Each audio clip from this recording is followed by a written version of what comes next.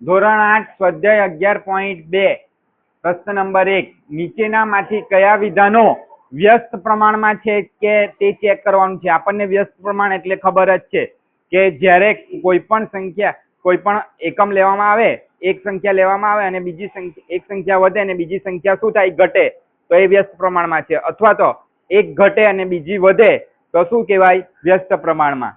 તો આટલે આપણને પહેલું પ્રશ્ન એક કીધું છે નીચેનામાંથી કયા વિધાનો વ્યસ્ત પ્રમાણમાં છે। એમાં પહેલો દાખલો, કોઈ એક કામમાં કારીગરોની સંખ્યા અને કામ પૂરું કરવા માટે લાગતો સમય। જુઓ, મેં ધારો કે એક કારીગર લેવું છું। કેટલા કારીગર લેવું છું? એક કારીગર લેવું છું। એ કામ પૂરું કરે છે 5 દિવસમાં। કેટલા દિવસમાં? 5 દિવસમાં, અથવા તો 10 દિવસમાં પૂરું કરે છે। કેટલા દિવસમાં? 10। તો બે કારીગર લેવ તો કેટલા દિવસમાં પૂરું કરશે? 5 દિવસમાં। 4 કારીગર લેવ તો કેટલા દિવસમાં પૂરું કરશે? 2 ની 2.5 અઢી દિવસમાં કાર્ય પૂરું કરશે, બરાબર ને? તો તમે જોઈ શકો છો જેમ કારીગરોની સંખ્યા વધે છે તેમ દિવસની સંખ્યા શું થાય છે? ઘટે છે। એટલે આ શું છે? વ્યસ્ત પ્રમાણમાં છે। શું છે? વ્યસ્ત પ્રમાણમાં છે।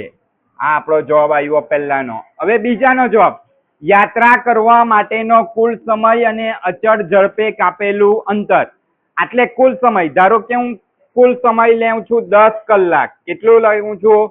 10 કલાક। 10 કલાકમાં એ 100 કિલોમીટરનું અંતર કાપે છે। એની ઝડપ 1 કલાકમાં 10 કિલોમીટર કાપવાની છે, બરાબર? તો એની ઝડપ શું થાય છે? નિશ્ચિત જ છે, બરાબર? ભલે કલાક મેં વધારું, કલાક વધારું તો એ 20 કલાકમાં કેટલું અંતર કાપશે? 200। તે જ રીતે 30 કલાકમાં કેટલું અંતર કાપશે?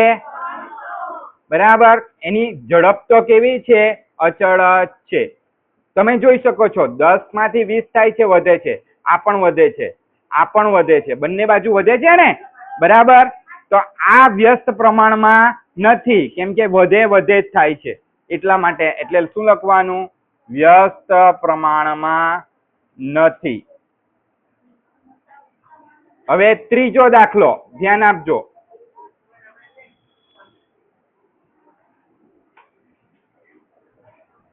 ચાલો, એક ખેતરનું ક્ષેત્રફળ અને તેમાં લીધેલ પાકનો જથ્થો। હવે હું 1 વીઘું લેવું છું। કેટલા વીઘું લેવું છું? 1 વીઘું। એ બા 20 ટન શેરડી થાય છે। કેટલા ટન શેરડી થાય છે? 20 ટન। હવે બે ક્ષેત્રફળ, ખેતરનું ક્ષેત્રફળ વધારું છું, 2 વીઘા લેવું છું। કેટલા લેવું છું? 2 વીઘા। તો કેટલી શેરડી થશે? 40 ટન। હવે 5 વીઘા લેવું છું। કેટલી શેરડી થશે? 60 થશે? 100 ટન થશે। કેટલા ટન થશે? 100 ટન। તો તમે જોઈ શકો છો આપણે ખેતરનું ક્ષેત્રફળ વધારીએ છે તો પાકનો જથ્થો પણ શું થાય છે? વધે છે। એટલે આ પણ વ્યસ્ત પ્રમાણમાં નથી, વ્યસ્ત પ્રમાણમાં નથી। આપેલ વિધાન વ્યસ્ત પ્રમાણમાં નથી। હવે ચોથો દાખલો ધ્યાન આપજો। એક નિશ્ચિત યાત્રા કરવા માટે લાગતો સમય અને વાહનની ઝડપ। જો નિશ્ચિત યાત્રા છે, આપણને એવું નથી કીધું કે ચોક્કસ અંતર નથી, ચોક્કસ અંતર કીધું છે, અનિશ્ચિત અંતર નથી કીધું, બરાબર? તો આપણે કોઈ નિશ્ચિત અંતર લઈ લઈએ। ધારો કે મેં લેવું છું નિશ્ચિત અંતર 100 કિલોમીટર। કેટલા કિલોમીટર? 100 કિલોમીટર। અને વાહનની ઝડપ છે 10 કલાક પ્રતિ 10 કિલોમીટર પ્રતિ કલાક। 10 કિલોમીટર પ્રતિ કલાક। 10 કિલોમીટર પ્રતિ કલાક। એટલે એ 1 કલાકમાં કેટલું અંતર કાપે છે? 1 કલાકમાં કેટલું અંતર કાપે છે? 10। તો 100 કિલોમીટર અંતર કાપવા માટે એને કેટલું જોઈશે? 100 કિલોમીટર માટે કેટલા કલાક જોઈશે? 10 કલાક જોઈશે ને? 10 કલાક, બરાબર?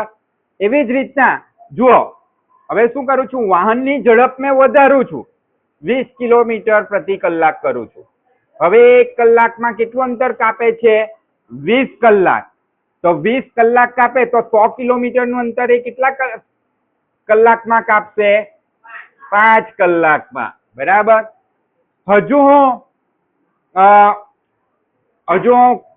ઝડપ વધારું છું, 25 કિલોમીટર પ્રતિ કલાક. તો 100 કિલોમીટર અંતર કેટલા કલાકમાં કપાશે, 25 ચોકુ 100 એટલે 4 કલાકમાં. તમે જોઈ શકો છો આટલે કલાક ઘટે છે. તો કલાક ઘટે છે તો વાહનની ઝડપ શું થાય છે, વધે છે. 10, 20, 25 થાય છે ને. બરાબર. આપણે અંતર તો કેવું હતું, નિશ્ચિત જ હતું ને અંતર તો. એટલે આ દાખલો કયો છે, વ્યસ્ત પ્રમાણમાં છે. કયો છે, વ્યસ્ત પ્રમાણમાં છે. હવે જુઓ, કોઈ એક દેશની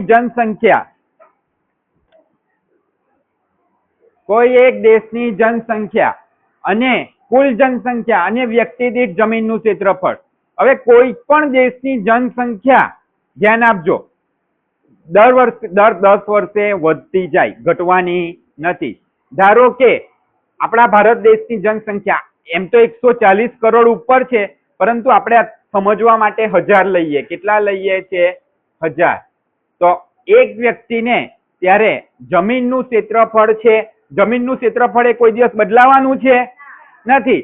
જમીનનું ક્ષેત્રફળ છે ધારો કે 100 ચોરસ મીટર. કેટલા મીટર, 100 ચોરસ મીટર.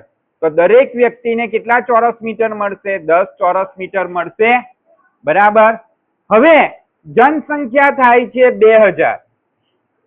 હવે કેટલા ચોરસ મીટર મળશે, 5 ચોરસ મીટર. જમીનનું ક્ષેત્રફળ તો બદલાવાનું જ નથી બદલાવાનું ને. હવે હું લેવું છું 10,000 ચોરસ મીટર. કેટલી, 10,000 જનસંખ્યા. તો 100 ચોરસ મીટર છે. બરાબર, 100 છે. તો કેટલા, બરાબર, ધ્યાન આપજો થોડું.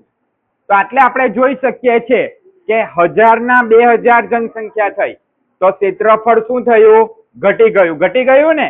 એટલે આ દાખલો પણ કયો છે, વ્યસ્ત પ્રમાણમાં છે. કયો દાખલો છે, વ્યસ્ત પ્રમાણમાં છે. આટલે આપણો દાખલો